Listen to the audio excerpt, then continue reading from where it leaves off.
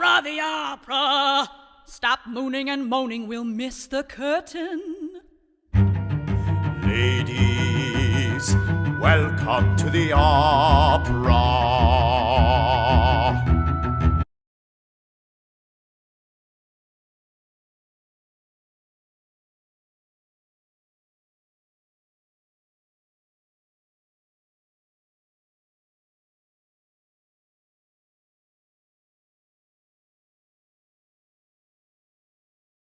Bare arms and shoulders, brilliant uniforms, pearls and silk, glittering before our eyes. Feminine envy, a whole crowd of memories, desires and emotions. Natasha, smooth your gown. Natasha, smooth your gown.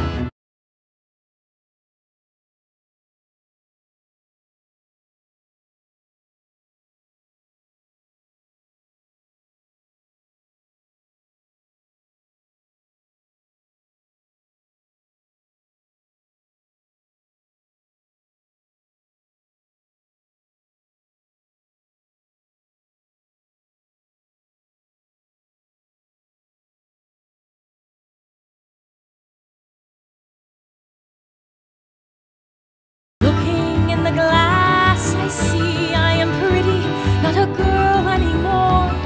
I've never felt like this before. Hundreds of eyes looking at my bare arms and neck, my bare arms and shoulders.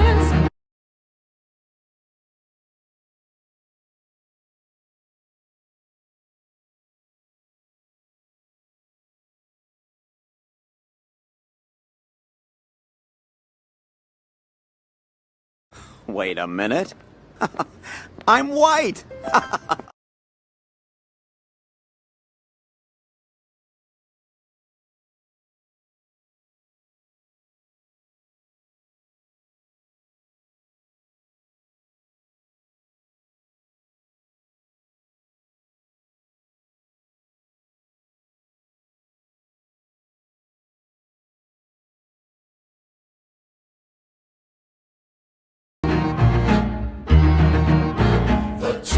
Remarkably pretty girls had not been seen in Moscow in many years.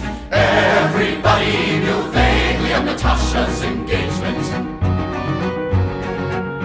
One of the finest matches in all of Russia.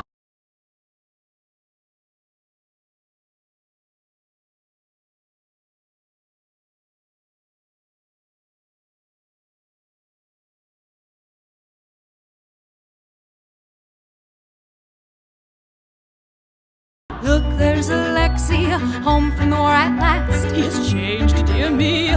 Michael Kirilovich has grown still stouter. There's Boris and Julie engaged, and Anna Mikhailovna, what a headdress she has on. And is that Natasha? And is that Natasha? And is that Natasha?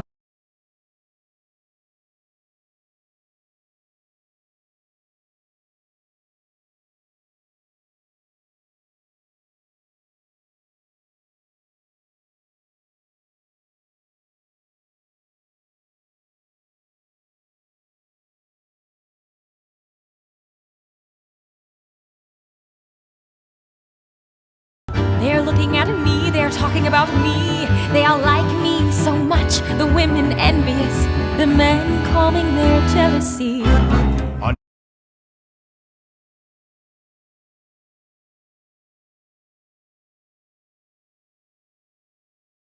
Announcing Fedor. He dominates Moscow's most brilliant young men. He stands in full view, well away, he's attracting attention, yet as much at ease as though he were in his home. Dolokhov was in the Caucasus and he killed the Shah's brother. Now all the Moscow ladies are mad about him. Dolokhov, the assassin. Announcing Countess Helene Bezukova, the queen of society, beautiful, barely clothed, plump, bare shoulders, and much exposed neck, round which she wears a double string string of pearls.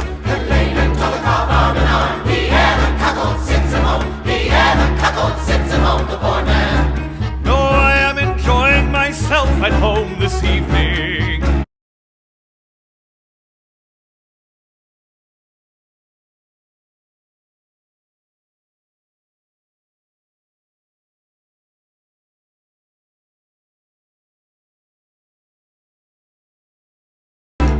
Oh, that neck, oh, those pearls, so beautiful, what a charming young girl, so enchanting, I blush scarlet. Countess Bezhakova, Pierre's wife. Have you been here long? And where is dear Pierre? He never used to forget us. Yes, Pierre, that good man, a little sad, a little stout. He must come visit us. I will implore him to do so. There's a woman one should stay far away from.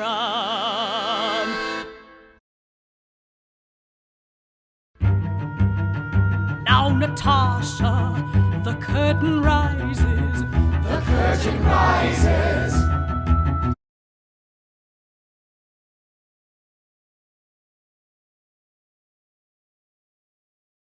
Everyone in the boxes and stalls became silent. All the men, old and young, in uniform and evening dress. All the women in the hall with gems on their bare flesh turned their whole attention with curiosity to the stage.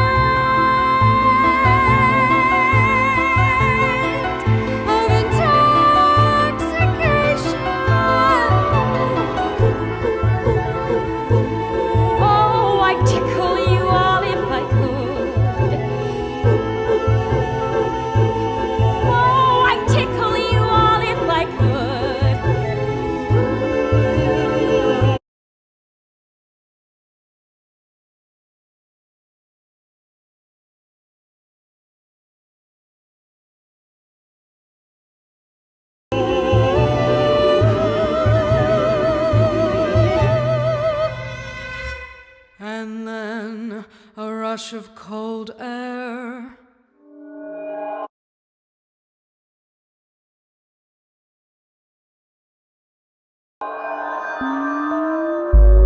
An exceptionally handsome man walked in with a confident yet courteous air.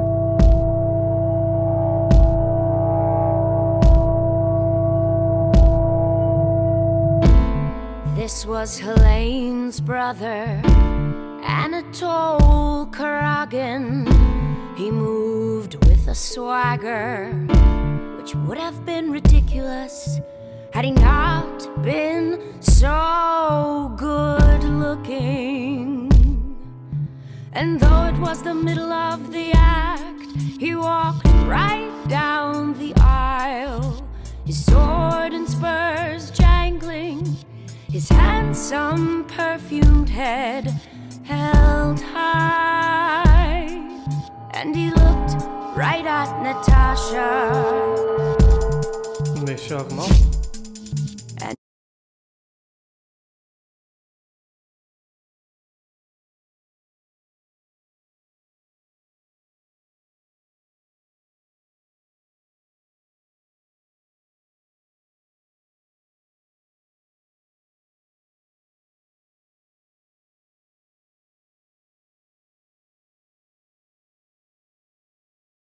He took his place in the front row next to Dolokhov. How handsome he is, how intoxicating.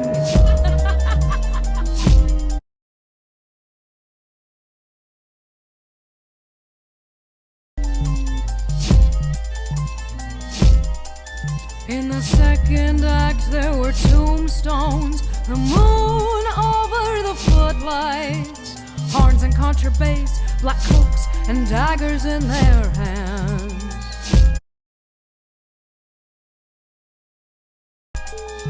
I turn around again and our eyes meet.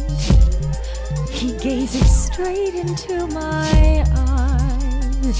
He is talking about me.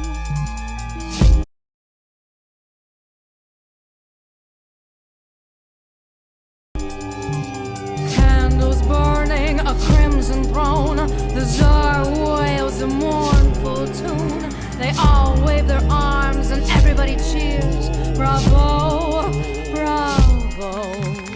Every time I look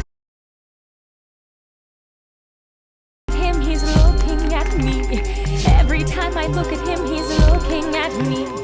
Every time I look at him, a terrible noise, a clatter in the crowd, a storm of chromatic scales and diminished sevenths. With rapturous faces, everyone was shouting, screaming and shouting.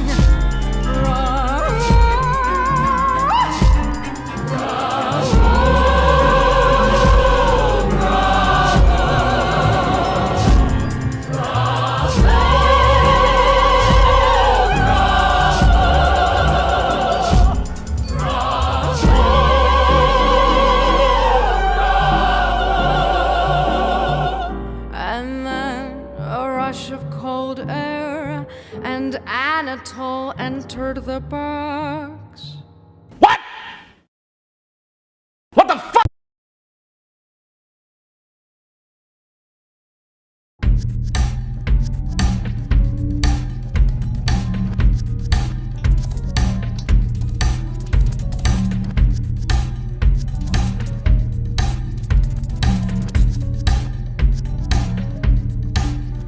I have long wished to have this happiness ever since the Narishkin's ball, where I had the well-remembered pleasure of seeing you.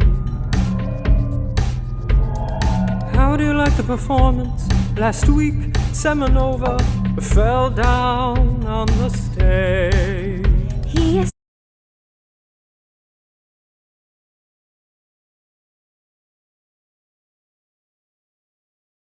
sensible and simple, bold and natural, so strange and agreeable. There is nothing formidable. His smile is most naive, cheerful and good-natured, and he's as handsome up close as at a distance, and he's as handsome up close as at a distance.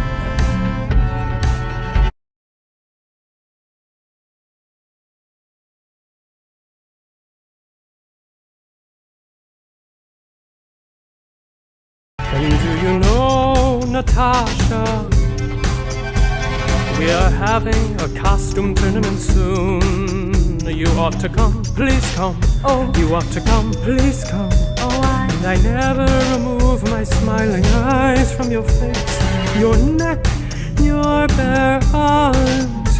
And I never remove my smiling eyes from your face, your neck, your bare arms.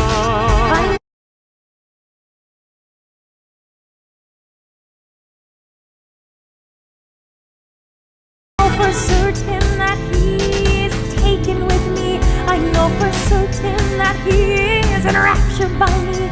I feel him looking at my shoulders, my face, my neck, my bare arms. And I look you in the eye, and I look you in the eye. And looking into his eyes, I am frightened.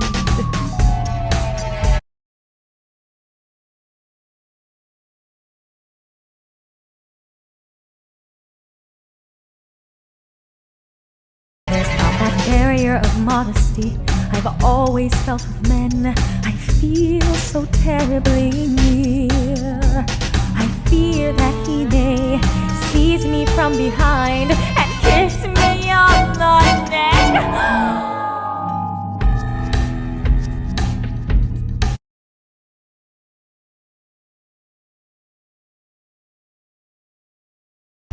How do you like Moscow?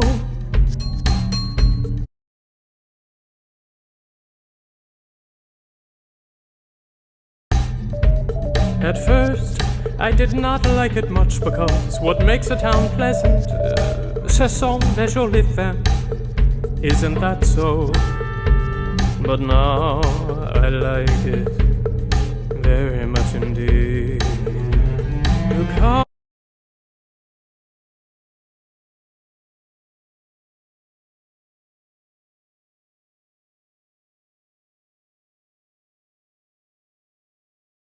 to the costume tournament, Countess, do come. You will be the prettiest there. You will be the prettiest there. Do come, dear Countess, and give me this flower as a pledge. We are speaking of most ordinary things.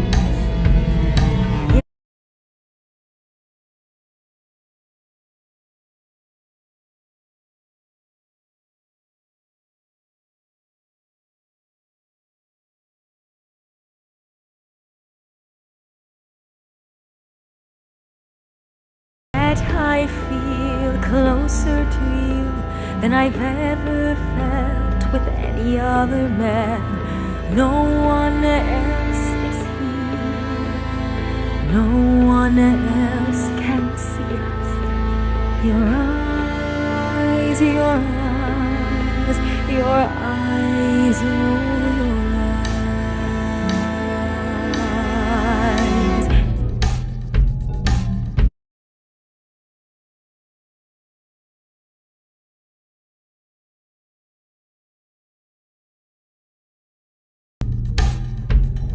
It's all right, Natasha. I'm here.